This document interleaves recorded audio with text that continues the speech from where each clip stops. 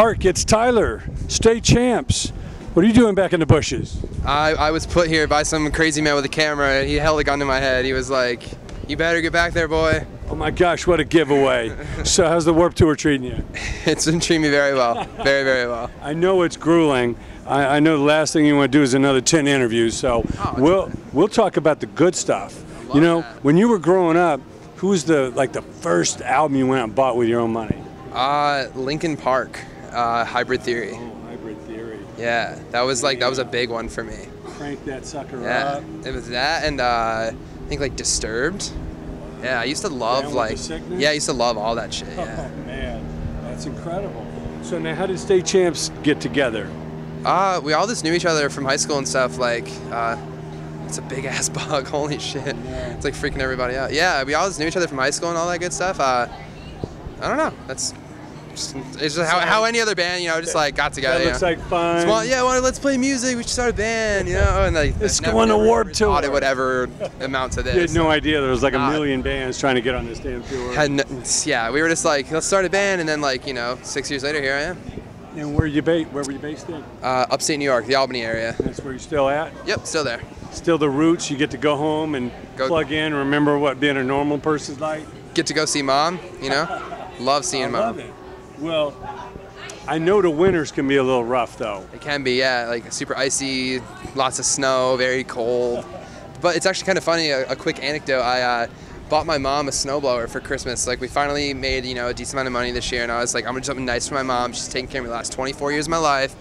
So I buy her a snowblower. Shovel, get the I was like, she's getting a little old. I'm gonna take care of her when I'm not around. And it snowed once out of the entire winter this year, and it was 2 inches. It wasn't enough to use a snowblower. Okay. And I was like, I spent all that money for nothing. But well, I'm sure it'll come in handy, man. Before you think the snow's away for good, I'm sure it's coming back. Right, for sure. Yeah. Now I remember growing up in a climate like that. When it started thawing out in spring, it was just so it's just messy. Exciting.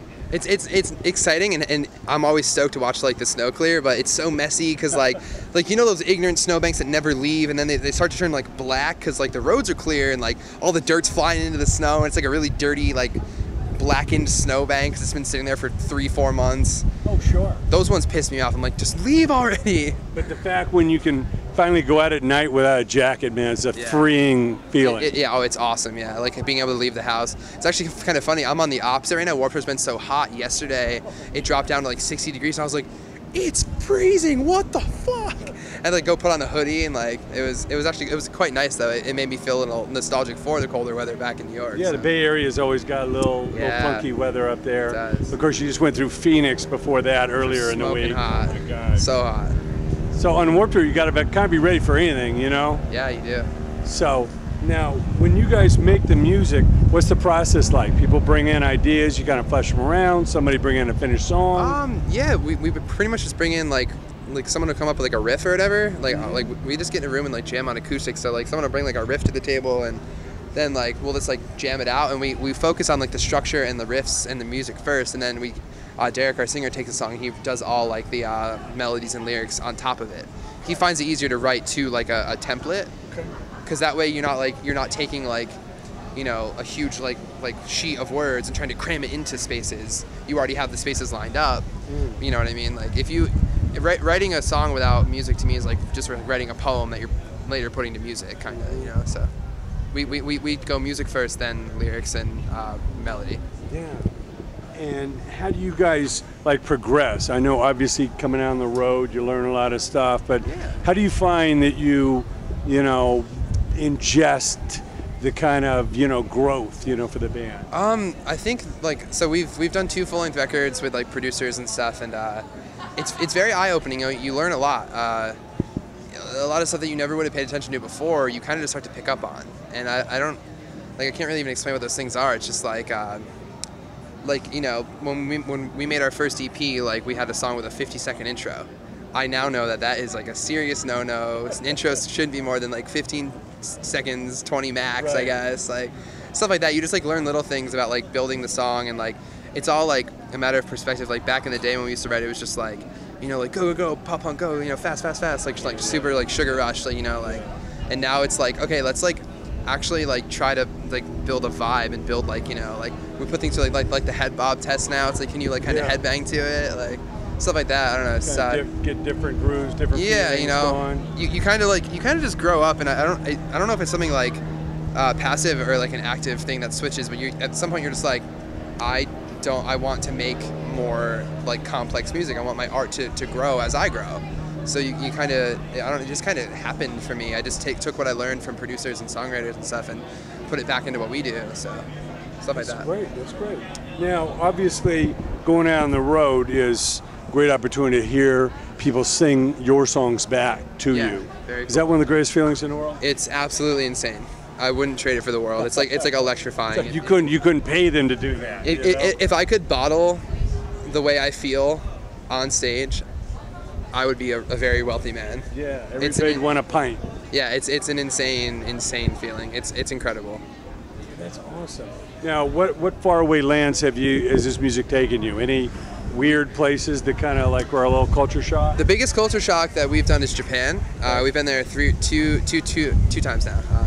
We've done Australia 3 times, Japan twice. We've been to the UK and Europe multiple times. Like we're going on, I think, our 5th time over there. Yeah. But the first one for me was like, the first place I ever went was the UK, and I was like, oh, they talk different here. They driving on the wrong side of the street. Like I'm still not comfortable with like how taking a left is easier than taking a right, and when we're taking a right, I'm like, we're gonna get hit by a car. What the fuck, dude? Like, they're like, no, it's I don't know. Like that was the first one. That was like 2 years ago. But the biggest one still is Japan, because everything looks different. It's in like an awesome way. They dropped you in a different planet. Yeah, when you got off the plane. But we fucking love it there. It's so cool. Like the culture is so nice. They're so respectful. Like they're so nice. Like they're not appreciative that you come over. Yeah, they're not like malicious. Like I think a lot of people here can be. Like over there, people won't fuck with you. Like you can walk around late at night drunk and not have to worry about getting jumped or anything. Like awesome. You're fine. Like just beautiful. Yeah. And in final here, what advice do you have to young creative people? Because I know as the generations change, the music business change, you know, a lot of these kids think kind of there's a shortcut, or it's like a video game, how you get to the end zone. You know, what do you tell them as far as your heroes, even at Linkin Park? They've been at it for years. These bands have been grinding. They really work at their craft. It's like a fine wine, man. It ages. What do you tell them? Normally what I tell kids that are trying to do it, I tell them to be patient, and I tell them to make sure that they're putting their best foot forward. It's not a rush. It's don't hurry to put out like something that's subpar. Like also don't act like anyone owes you anything, because they don't. And if you come in with an attitude like, well, like I deserve to be here and I deserve this and that and the other thing, I need to open this show, like no, like no you fucking don't. And that isn't like it's not like a jab at anybody. It's just like, you have to earn your stripes, you have to earn your keep, you have to like go out there and grind it out, and that's just the way it works, because we all did it. And you can't, you're not going to be main stage in a year because you want to be. Like, easy come, easy go. We're 6 years into this band, and I feel like we accelerated super fast. And I at some points I feel like we don't deserve all the success we have. Like, and we're on the main stage here, 6 years after being a band, and it's like we didn't rush that, and we just took it as it came. You have to stay humble, stay busy, stay working, and don't be annoying. Because people always remember the annoying people, and people don't ever want to help the annoying people. No. You know, you look out for those that you got a good vibe from. Exactly. And those that had the attitude, man, I'm sorry, but we can't help you today. Pretty much, yeah. That's how it goes, you know. Especially on a Warped Tour. I mean, you got a chance to really build bridges. You know, why would you think there's a shortcut or burn them? There's so many unlikely friendships that happen here. Like the one I talk about that we made this summer that was like the weirdest for me was that band Crown the Empire. They're on the Monster stage. They're like, you know, like a metal-ish band, like with singing or whatever. And we were just like, and we're like so tight now. Like we're really good friends, and that's because we both went into it open minds. We're like, we're all people here. I don't care what band you're in. They don't care what band I'm in. And like, you can't, like, you just gotta treat people as people, and you can't cop attitude or anything. You just gotta, you know, if you want, like, you can make all the connections you'll ever need here on this tour in the matter of 2 months. And as long as you're nice, like, I'm nice to everybody too. Like a tour manager that like thanked me for being nice to him. I'm like, why wouldn't I be nice to you? He's like, well, some bands don't don't appreciate the crew. I'm like, without the crew, the show doesn't happen, you know? Yeah. There's an army that takes this show to happen. We're all out here fighting the same fight, man. I mean, like, obviously, like, some bands, like, we have a full crew, so, like, we're not out there in the trenches, you know? But we have guys up at 7 a.m. setting up tents, like, loading gear, restringing things. Like, it's all part, we're all, like, you know, cogs in the machine here, and the machine's a beautiful thing, so. want to keep it running.